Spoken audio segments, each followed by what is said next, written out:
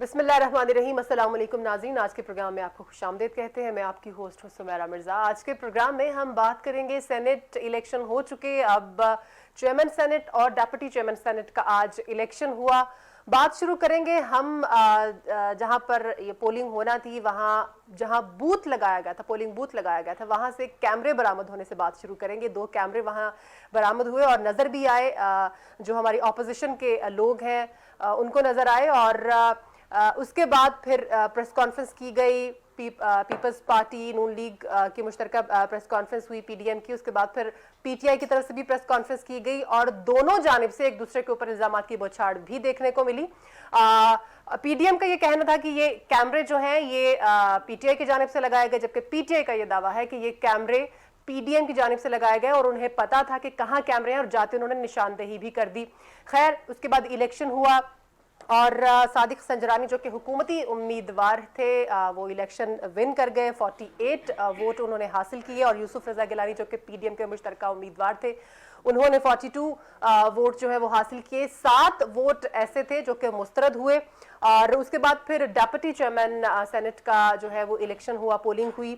उसमें भी हुकूमती उम्मीदवार मिर्जा अफरीदी जो है वो डेप्यूटी चेयरमैन बन गए और उन्होंने 54 वोट हासिल किए। कोई वोट जो है वो मुस्तरद नहीं हुआ, 98 वोट कास्ट हुआ और मौलाना अब्दुल गफूर हैदरी साहब जो कि पीडीएम के उम्मीदवार थे उन्होंने 44 वोट हासिल किए। मैं अपने पैनल का तारुफ करवाते चलूं ताकि इसके ऊपर हम डिटेल में डिस्कशन भी करें। सैयद शहबुद्दीन साहब मेरे साथ प्रोग्राम में मौजूद हैं, आप सीनियर जर्नलिस्ट हैं सर, आपको प्रोग्राम में वेलकम करती हूं। साथ साथ हमारे साथ तशरीफ रखते हैं प्रोफेसर इजाज कुरैशी साहब, आप director Talent Institute of Higher Studies हैं सर, आपको भी प्रोग्राम में वेलकम करती हूँ। शुएब साहब आपसे शुरू करेंगे। डस्का जैसा ही ड्रामा नजर आया हमें तो, आज सारा दिन वही रौनक लगी रही, वही एंटरटेनमेंट लगी रही। डस्का में धुंध छा गई थी ना, तो हर चीज छुप गई थी। यहाँ तो यहाँ कैमरे आ गए, यहाँ तो हर चीज वाज़ेह थी, तो कैमरे तो नजर आ गए ना। हाँ जी, कैमरे को छुपे हुए थोड़े ही थे। बिल्कुल। कैमरे कैसे कैमरे लगाए गए शुएब साहब, नजर भी आ गए? ये कैमरे जो थे ये 2 वो कैमरे थे जो कि सीसीटीवी के तौर पे इस्तेमाल होते हैं। अच्छा, ये छोटे कैमरे नहीं थे। अब तो स्पाई कैमरा है, मेरे बाल पॉइंट के कैप जो है यहाँ पे कैमरा बना हो सकता है, मैं यहाँ रख लूं जेब में तो ये पूरे का पूरा कैमरे के तौर पे काम करता है। या ये बटन जो मेरी शर्ट का है जो टाई के नीचे छुपा हुआ है, टेक्नोलॉजी अगर मैं टाई उतार दूं वो बटन भी जो है वो कैमरे के तौर पे काम करता है। तो बहुत माइनर छोटे छोटे आ गए। ये तो इतने बड़े कैमरे वहां छुपाने की तो छुप सकते ही नहीं थे, छुप सकते नहीं थे।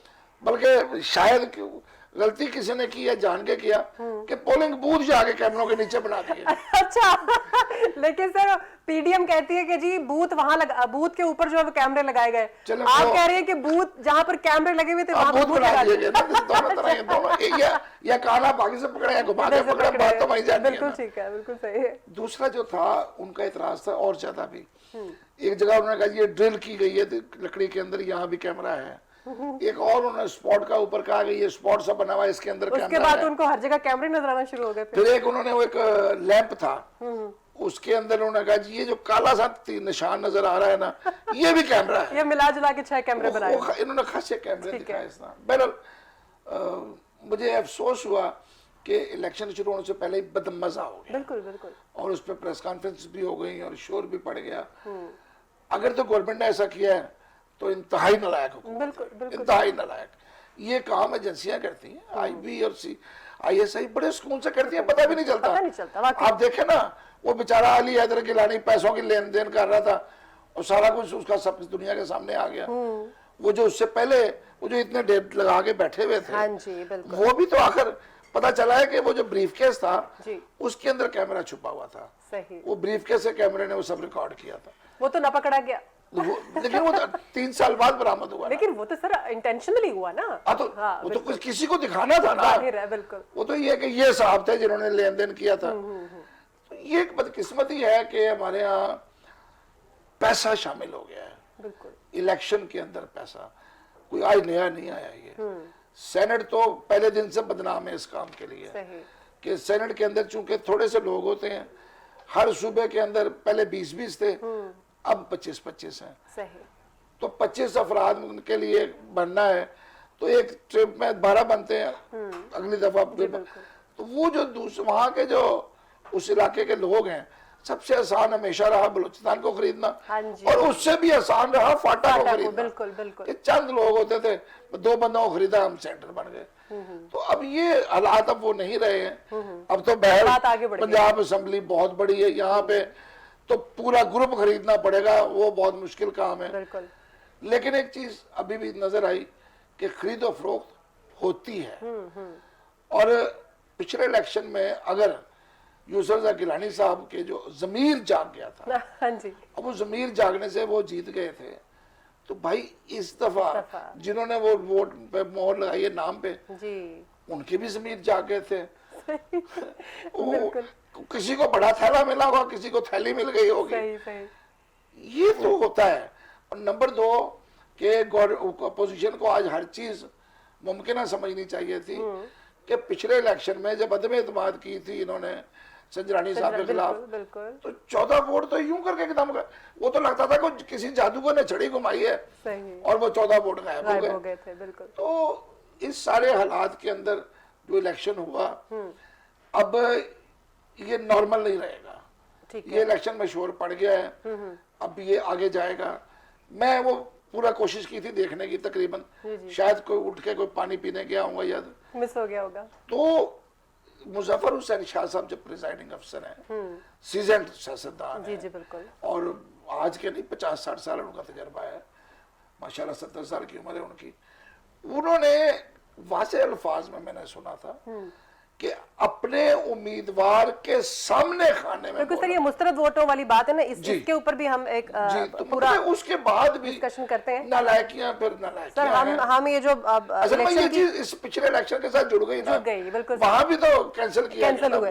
बिल्कुल। अच्छा प्रोफेसर साहब, अगर हम इलेक्शन की बात करते हैं, क्योंकि प्रीवियस प्रोग्राम में जब हमने किया वो भी ज़ाहिर है सेनेट इलेक्शन के ऊपर ही था, तो एक इलेक्शन की फ़ज़ा जो होती है उसके बारे में मैं आपसे बात करना चाहूँगी। सर, ये जो डेमोक्रेसी है उसमें इलेक्शन की अहमियत है क्या? इलेक्शन चाहे कोई भी हो, सेनेट इलेक्शन हो, ये तो ज़ाहिर है वाने वाला, और दूसरे जनरल इलेक्शन हो, इसकी इंपॉर्टेंस क्या होती है किसी भी मुल्क के लिए? मैम, मिस मेरा first of all thank you giving me the opportunity, appreciate it.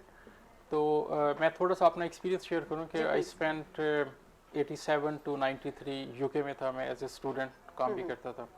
फिर 93 ऑनवर्ड्स टू 2009 में स्टेट्स में था।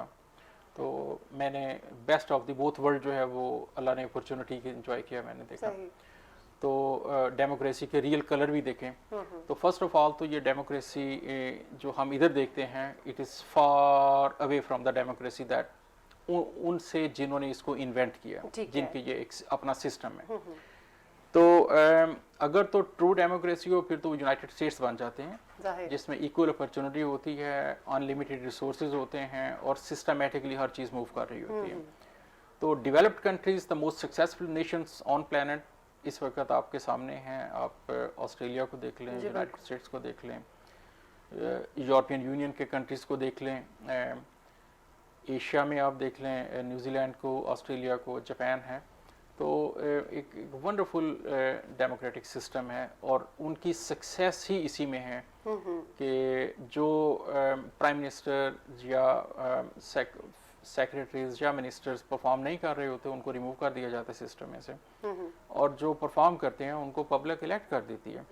मुझे याद है कि American this vice president Kamala Harris ये कैलिफोर्निया से थी, तो ओकलैंड से, सैन फ्रांसिस्को से ये इलेक्शन जीती हैं मोस्ट ऑफ द टाइम, जो कि उन्हीं की थी।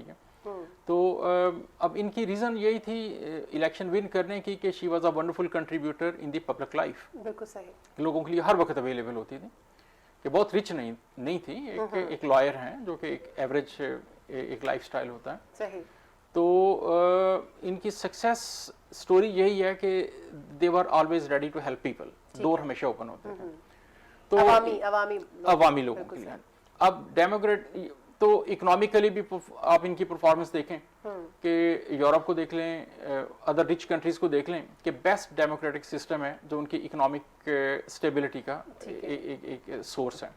फिर एज हमारे यहाँ अनफॉर्चुनेटली वो उस तरह नहीं कर सके। तो it mean this tells me कि there is some problem with our democratic system. ठीक है, कि ये कोई इश्यूज है that we need to work on it and इसको फिक्स करने की जरूरत है। सही है। शेर साहब, अब हम बात करेंगे जो वोट मुस्तरद हुए, कहते जी पिछली दफा वोट प्रोफेसर मुस्तरद। साहब ने बुनियाद बताई है जमहूरियत की। एग्जैक्टली सर, ठीक है। मेरा जानने के मेरा सवाल का मकसद ही उससे हम यही था। उनसे 200-250 साल पीछे हैं। तो बुनियाद ही नहीं रखी गई। बुनियाद ही नहीं रखी गई। हमारे यहाँ तो अभी कोशिश करते हैं बुनियाद रखने की, तो फिर वो उखाड़ के फेंक दी जाती है, सही। फिर नए सिरे से दरख्त लगाते हैं, फिर उखड़ जाता है।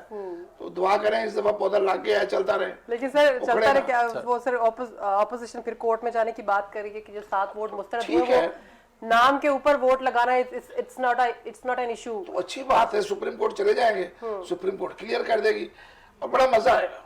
अच्छा।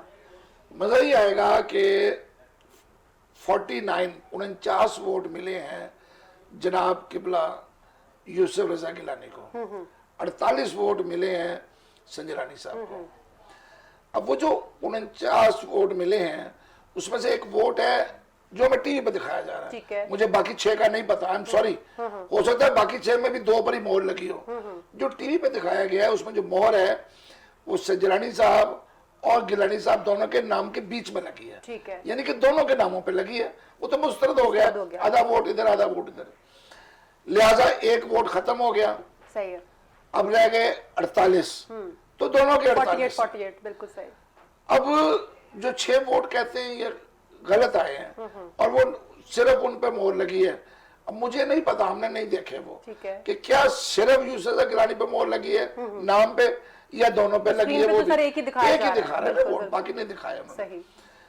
अब सुप्रीम कोर्ट का काम ही ऐसी कानूनी मुशगाफियों की क्लैरिफिकेशन है। बिल्कुल ऐसे ही है। हुकूमत भी तो गई थी ना अपना कि जी हमारा ये बिल है, आप इसको देख लें, तो अगर हो जाएगा तो हमारा ये जो रेफरेंस है, ये अजीब बात है। बिल्कुल वो तो पूरा इलेक्शन ही वहां से पब्लिक कराने लग पड़े थे, सामने कराने लग पड़े थे। अब ये जो है मुझे लगता है कि अब कोई चीजें क्लियर हो जाएंगी। ऐसा रूल्स में ये है कि आप नाम के ऊपर स्टैंप लगाएंगे तो वोट मुस्तरद हो नहीं, जाएगा। जो मैंने सुना था, जो उन्होंने कहा मुजफ्फर हुसैन शाह साहब ने, वो बड़ा वाज़ेह था, अपने नाम के सामने खाने के अंदर मोहर लगाएं। अच्छा ठीक है। अपने नाम के सामने खाने के अंदर मोहर लगाएं। असल में अगर तो खाने के बीच में एक लकीर की लाइन लगी होती है, बिल्कुल। वो किसी शरीफ आदमी से गलती हो गई, सारे 100 तो वोट थे। सर आपको लगता है कि सेनेट के यहाँ पे कोई भी क्यों गलती नहीं होती? हो सकती है? वो जिन्होंने करवाई जाती हैं। जिन्होंने नाम के ऊपर मोहर लगाई है वो गलती नहीं है। अरे गलतियां तो करवाई जाती है ना। तो वो भी तो लकीर छोड़ी गई ना बीच में। सही। अगर वो लकीर डाल देते जी जी, तो 2 खाने बन जाते। बिल्कुल सही, बिल्कुल। फिर ये नाम पे मोहर लगाते तो फिर तो क्लियर हो जाता ना कि गलत लगाइए, जानबूझ के लगाइए। अभी भी इसमें कोई शक नहीं कि ये टिट फॉर टैट हुआ है, जैसा करोगे वैसा सर एक और बात सर, ये गलती सिर्फ ऑपोजिशन से ही क्यों हुई है?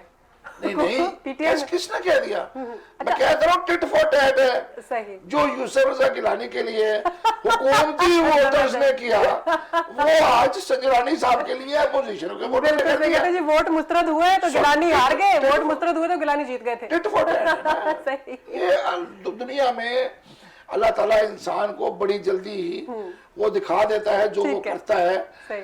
कि आपने ये लेकिन किया बात था, तो सर शेर साहब, बात तो ये है ना, सामने आ जाएगा। बात तो ये है कि अगर कहना कि ये फिक्स करवाया गया था पिछला जो इलेक्शन था, तो ये भी तो फिक्स हो सकता था। फिर टिट फॉर टैट वाली बात तो सर मैं कह तो रहा हूँ फिक्स ही है और क्या है। आपका क्या ख्याल है? चाह रही थी मैं, जिन्होंने नाम पे मोहर लगाई है वो उनकी आंखें खराब है या वो नजर का चश्मा घर छोड़ा है? बिल्कुल सही। प्रोफेसर साहब आपने बड़ा अच्छा इसको एलाबोरेट किया। ज़ाहिर है एक ऑल ओवर द वर्ल्ड यही तरीक़ाकार है डेमोक्रेसी का। 2 ऐवान होते हैं, एक ऐवान बाला और एक ज़ेरी, जहाँ पर भी वही सिस्टम है। लेकिन जिस तरह से ऐवान बाला में यहाँ पर इलेक्शन होते हैं, हम तो बचपन से यही देखते आ रहे हैं। लेकिन अब हमने देखा कि पीटीआई के स्पेशली जब से पीटीआई ने आवाज़ उठाना शुरू किया, चाहे वो अपोजिशन में थे चाहे वो हुकूमत में है, तब से हमने देखा है कि ये चीज़ बहुत ज़्यादा इन्हांस हो गई है। ये जो हॉर्स ट्रेडिंग वगैरह है, सर ये सिस्टम जो है वो बाकी कंट्रीज में भी होता है, लाइक डेवलप्ड कंट्री जिनकी आप बात कर रहे थे, वहां पर भी इस तरह की हॉर्स ट्रेडिंग होती? मिस मेरा मैं इन रियलिटी तो ये it does not exist, even सवाल ही पैदा नहीं होता कि किसी कांग्रेसमैन का, किसी सेनेटर का तो फॉरगेट, वो तो बहुत सुपीरियर होते हैं। तो कांग्रेसमैन एक फर्स्ट लेयर होती है कि मैंने नहीं कभी ऐसा सुना या देखा। अच्छा। इंटरेस्टिंगली मैं जॉर्ज मिलर थे कांग्रेसमैन वॉलनट क्रीक कैलिफोर्निया से। अच्छा। तो मैं जब MBA कर रहा था, मुझे अपॉर्चुनिटी मिली कि मैं उनके ऑफिस में जाके इंटर्नशिप करता हूँ। तो मुझे याद है कि कांग्रेसमैन के ऑफिस में हमें फ्री चाय भी नहीं मिलती थी कभी, कि वो जिसने पीनी होती थी वो बाहर कॉफी शॉप से जाते थे। इमरान खान के ऑफिस वाला माहौल था हाँ, वो खान साहब का तो जरा थोड़ा सा 10 रुपए का बिस्कुट का पैकेट खोल के खाओ या फिर अपना लेते हैं साथ। तो वो टिपिकल एक्चुअली ऐसे ही होता है कि कोई फंडिंग नहीं होती उनके पास कि वो इस तरह उसको वेस्ट कर सकें। सही।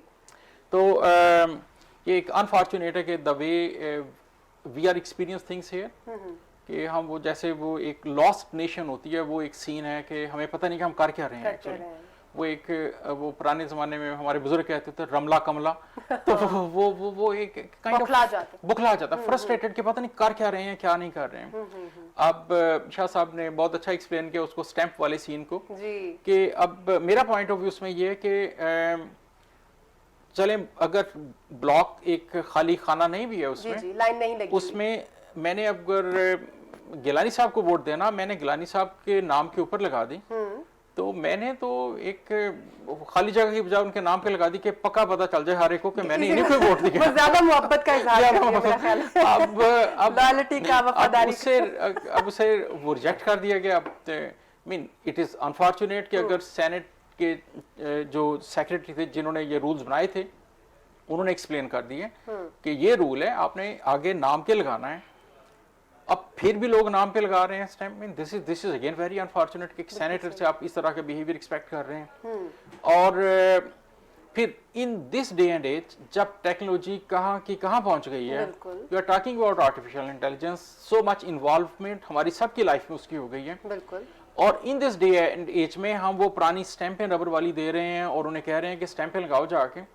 हर सेनेटर के आगे हम क्यों ना वो एक बटन लगा देते हैं, एक उसके नाम का एक उसके नाम का, आप प्रेस कर दें, वो जो इलेक्शन कमीशन है उनके सामने प्रिंट होकर रिजल्ट आ जाए सारे के सारे 10 second. I mean some time I feel कि या तो इंटेंशनली चीजें इस तरह रखी जाती हैं कि लेट्स क्रिएट द मेस, जितना मेस क्रिएट होगा उतना ही मजा आएगा हर एक को।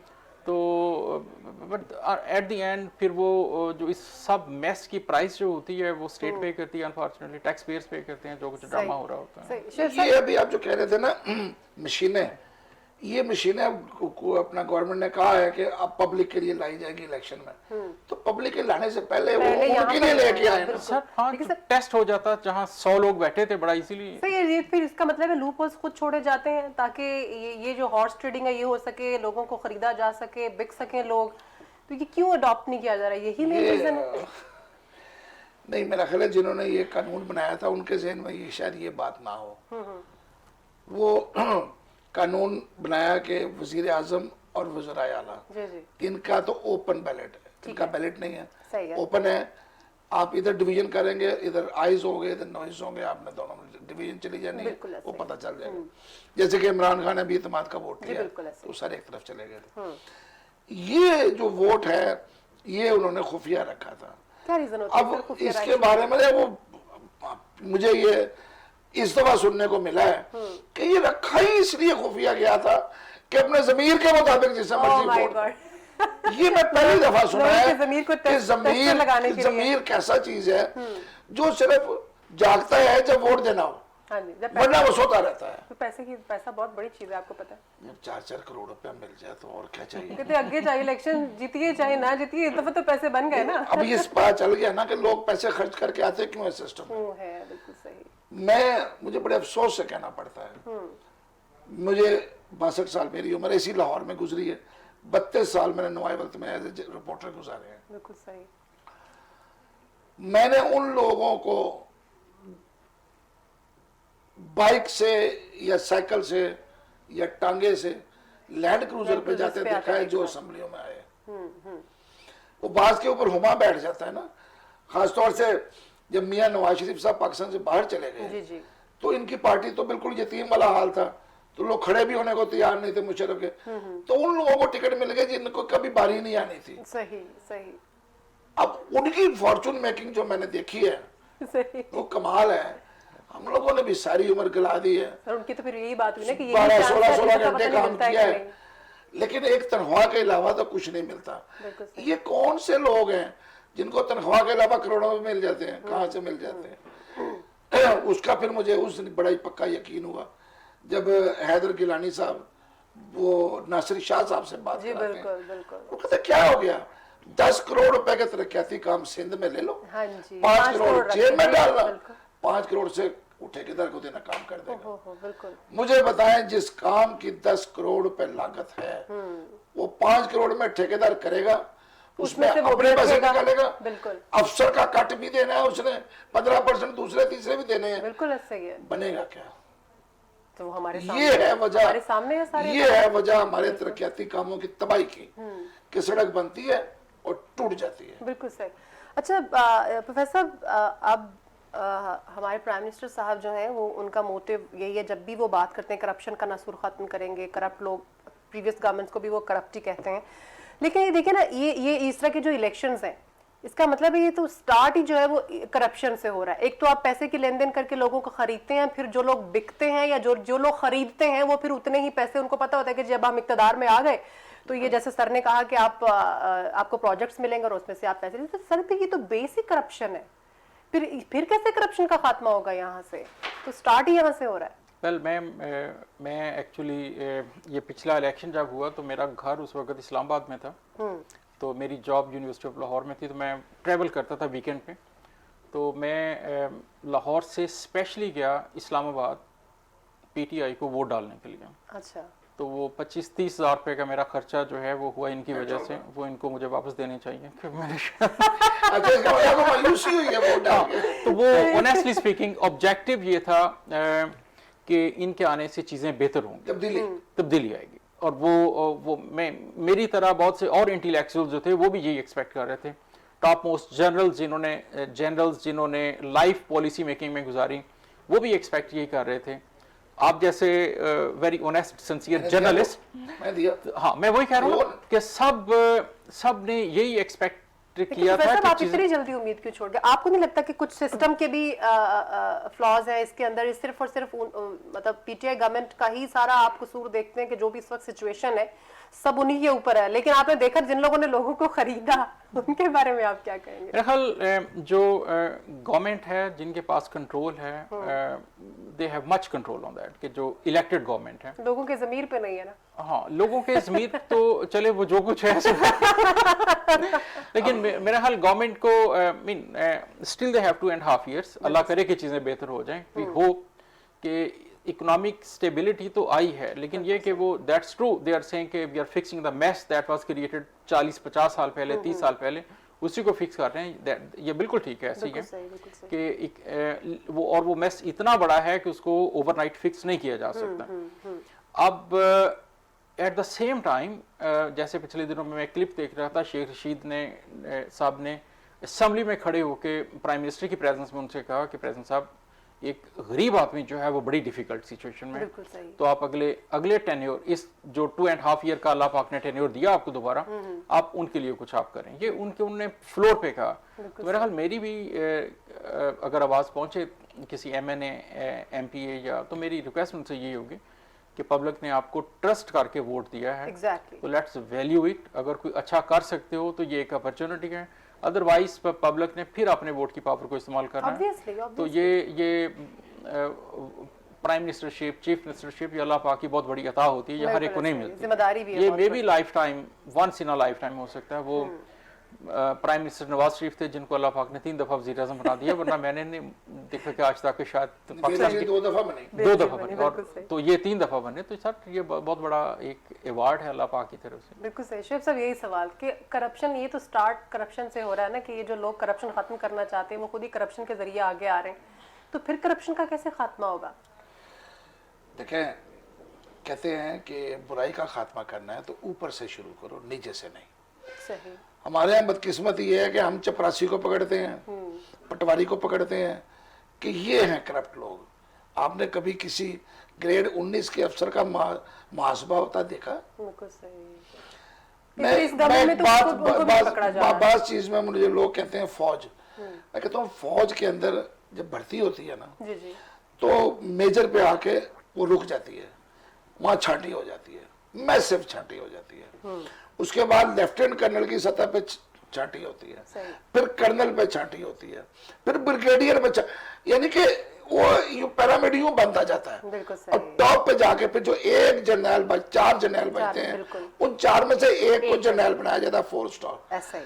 अब इसके बरक्स आप हमारे यहाँ तमाम नौकरियां देख लें, जो ग्रेड 17 के अंदर एक दफा डीएमजी या पीसीएस अफसर या कोई अपना पीएमएस अफसर कोई भी बन गया, कस्टम में आ गया, पुलिस में आ गया, उसने ग्रेड 21 या 22 में जाना जरूर है। बिल्कुल सही। उसने जो मर्जी कर ले, उसका कोई कहीं पे मुहासबा है, सही। कहीं सर्विस के दरमियान चेक किया कि इसने क्या किया है, इसकी सर्विस डिलीवरी क्या है, ये काम सही करता है या गलत करता है, कोई नहीं पूछता। उन्होंने जनाब 22वां ग्रेड लेना ही लेना है, इस्लामाबाद में प्लाट भी मिल जाना है उनको 22वें ग्रेड के साथ। मैं मानता हूँ हर बंदा 22वें तक नहीं जाता, 20वें 21वें तक तो सारे ही जाते हैं। बिल्कुल सही। मतलब मुझे 97वें से 20वें तक 18वें में जाते हुए कोई रुकावट नहीं आती। बिल्कुल सही। 18वें में भी वो इतने ठीक है कि 1900 में जाते हुए रुकावट नहीं आती, 19 से 20 में जाते हुए रुकावट नहीं आती, वहां जाके फिर उम्र ही खत्म हो जाती है, 60 साल के हो जाते हैं। ये चीजें जो है जब तक आप सिस्टम को ठीक नहीं करेंगे ना, कि जो गलत है, जो करप्ट है, उसको आप निकाल दें। जो गला सड़ा गोश्त होता है, ठीक है, जो जिस्म के अंदर एक नासूर पैदा होता है, उसे काट दिया जाता है। ठीक है। कोई पत्थरी अंदर से निकाल दी जाती है, वो जिस्म के अंदर नहीं छोड़ी जाती। जब आप माशरे के अंदर ये नासूर जो चिमट जाते हैं, जोंके, भैंस को कभी देखा है कि पानी के अंदर नहर में जाती है तो जब बाहर आती है तो इतनी मोटी जोंक होती है, वो उसी का खून चूस के मोटी होती है। तो ये जोंके जो है ना, ये जो हमारे माशरे को चिमटी हुई है, इन जोंकों को कब तक आप बर्दाश्त करेंगे? जोंके हमें हटानी है, और हमें पता है जोंके कौन है। एक शख्स सरकारी नौकरी में आता है, ग्रेड 17 में अपने एसेट्स डिक्लेयर करता है, 18 में जाता है, 19 में जाता है, 20 में जाता है, उसके एसेट्स बाज दफा तो यूं राइज होते हैं, बाज दफा उसके कोई भाई के राइज होना शुरू हो जाते हैं, किसी की बहन के राइज होना शुरू हो जाते हैं, काम वालों के जो हाँ जी रखे होते हैं वो सब खानसा में, यही नहीं वो तो गोलगप्पे वाले के उनका तो कोई रिश्ता भी नहीं है। ठीक है ना। ये जो चीजें है ना, ये शॉर्टकट है। शॉर्टकट्स बहुत गलत होता है। सही। इस्लाम के अंदर ऐसे लोगों की गुंजाइश नहीं है। हजरत उमर बिन अब्दुल अजीज को ले लें, मैं पहले 4 खुलफा की बात ही नहीं करता। उमर बिन अब्दुल अजीज के पास एक साहब आए, उन्होंने पूछा कौन? उन्होंने कहा मैं फलां हूं, आपसे बात करनी है। वो जब अंदर आए तो उन्होंने फूंक मार के वो दिए को बुझा दिया। अच्छा। उन्होंने कहा ये क्या? उन्होंने कहा ये सरकारी तेल से जल रहा है। सर वो मसाले, अब मिसालें ये इंतहा है। बिल्कुल। ये मैं अब हम तो कुछ कर ही नहीं सकते इसके आगे। इससे बड़ी मिसाल क्या होगी? मैं तो बाकी छोड़ देना कि तुम्हारे वाली मिसाल कि आपका कुर्ता कैसे पूरा हो गया, आप तो हम सब में लंबे हैं। उन्हें जवाब देना पड़ा पब्लिक के अंदर कि मेरे बेटे ने मुझे अपनी चादर दे दी थी। मतलब है तो अबू बकर सिद्दीक को उनके घर में जो बाजार से आता था, अपना अनाज आता था, वो उसमें से रोटी पकती थी। एक दिन उन्होंने कहा मुझे मीठा खाना है, तो उनकी बीवी ने उन्होंने, अल्लाह ताला उन पर रहमत करे, एक दिन उनको हलवा बना के दे दिया। तो कहने लगे ये क्या हुआ?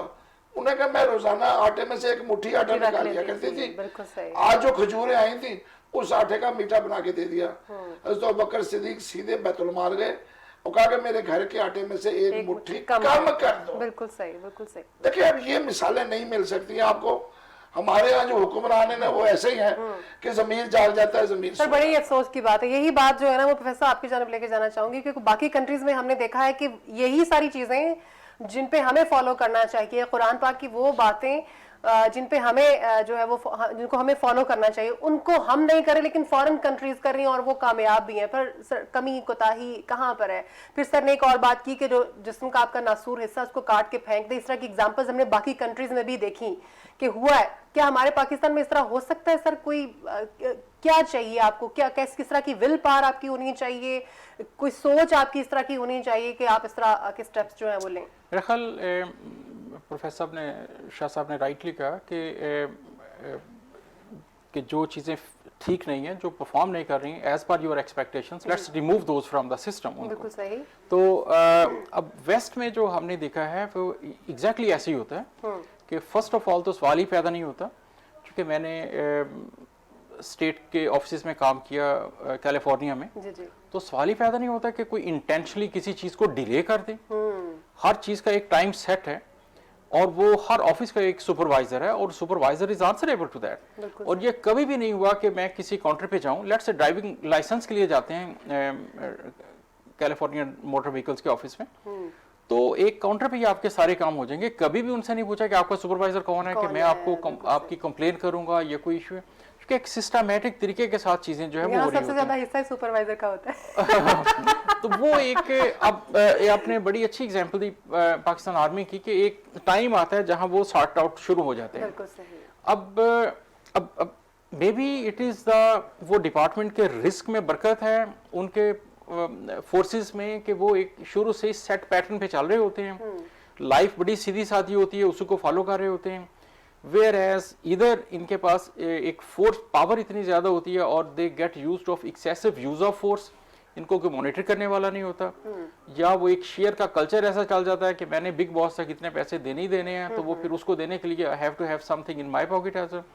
तो ये एक अनफॉर्चुनेट सिस्टम है। मैं नस्ट में रहा हूँ, काम किया as a faculty member, assistant professor, और फैमिली में भी बहुत से लोग आर्मी में हैं, रिटायर्ड भी हो चुके हैं, सर्विंग भी है।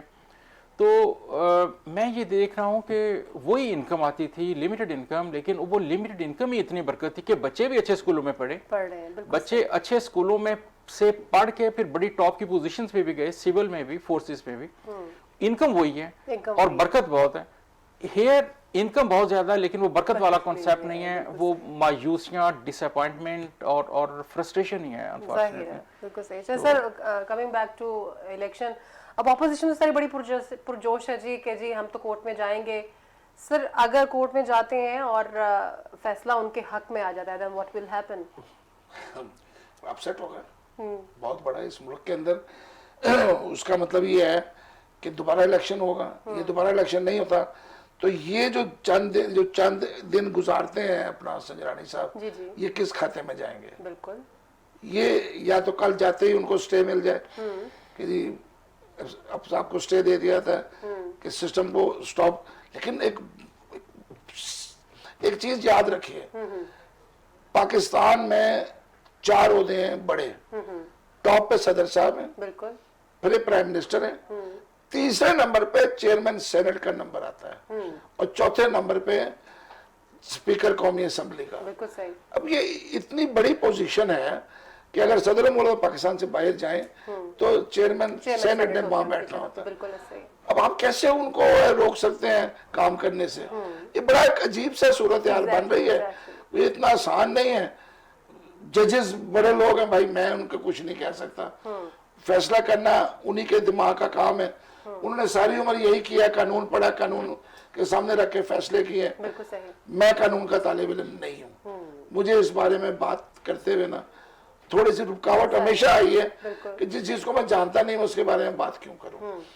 लेकिन बहरहाल अब वो कल ये जाते भी है कि नहीं, ये भी देखना है ना पहले। बिल्कुल सही। क्योंकि लेकिन जितना वो शोर आज मचा रहे थे और जिस तरह की प्रेस कॉन्फ्रेंस उन्होंने की है, वो लगता है कल कुछ ना कुछ होगा। सही है सर। लेकिन अब एक बात है कि कम से कम पीडीएम की तहरीक के लिए उन्हें तेल मिल गया। बिल्कुल, हम लोग कह रहे थे आज हम लोग एक जगह बैठ के बात कर रहे थे कि पीडीएम की जो तहरीक है वो थोड़ी कमजोर पड़ गई है, लेकिन अब उसमें पेट्रोल तेल मिल गया उनको, ठीक ठाक भरे हुए टैंकर मिल गए चलने के लिए। सही। क्या कहेंगे इसी पॉइंट पे? रहल, इट्स अ गुड पॉइंट कि अगर वो देख रहे हैं कि कोई कंफ्यूजन है जो इलेक्शन के रिजल्ट हैं, तो मेरा ख्याल द बेस्ट वे यही है कि let's go to the court. जब आपके पास है फेडरल सुप्रीम कोर्ट, अल्लाह का शुक्र है, and they are functioning, they are बड़ा अच्छा काम कर रहे हैं और वो हैं इसी काम के लिए, एक्सपर्ट हैं, जैसे आपने कहा कि एक्सपर्ट ऑफ लॉ हैं और उन्होंने सारी लाइफ इसी में गुजारी है। बिल्कुल। तो लेट्स टेक देम, उनके पास चले जाएं, लेट देम डिसाइड। बिल्कुल, उनको भी तसल्ली हो जाएगी। जो भी डिसाइड करें तो वो फिर फाइनल डिसीजन है। अब उसके बाद फिर स्पेस रह नहीं गई किसी के लिए भी कि फिर कोई कॉन्फ्रेंटेशन। ज़ाहिर है पीटीआई भी तो गई थी और उनको भी तसल्ली हो गई। बहुत शुक्रिया सर आज के डिस्कशन का। शबीन साहब बहुत शुक्रिया, आपने डिस्कशन की। प्रोफेसर जाज साहब आपका भी बहुत शुक्रिया, आप मेरे प्रोग्राम में तशरीफ लाए।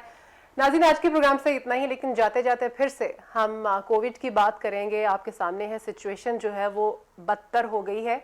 इसी वजह से बच्चों को जो है वो स्कूलों से छुट्टियां दे दी गई हैं। 15 मार्च से लेके 28 तक बच्चे जो है वो घरों में रहेंगे। उसके बाद फिर फर्दर आगे सिचुएशन को देख के जो है वो डिसाइड किया जाएगा कि क्या करना है, स्कूलों को रीओपन करना है या नहीं करना है। फिर वही एक छोटी सी सजेशन है कि SOPs को फॉलो कीजिए, मास्क वेयर कीजिए, सैनिटाइज कीजिए अपने आप को, सोशल डिस्टेंस रखिए, अपने बच्चों को भी समझाइए, खुद भी इन तमाम SOPs पे अमल कीजिए, क्योंकि जान है तो जहान है। सुमेरा मिर्ज़ा को इजाज़त दीजिए, अपना ख्याल रखिएगा। अल्लाह हाफ़िज़।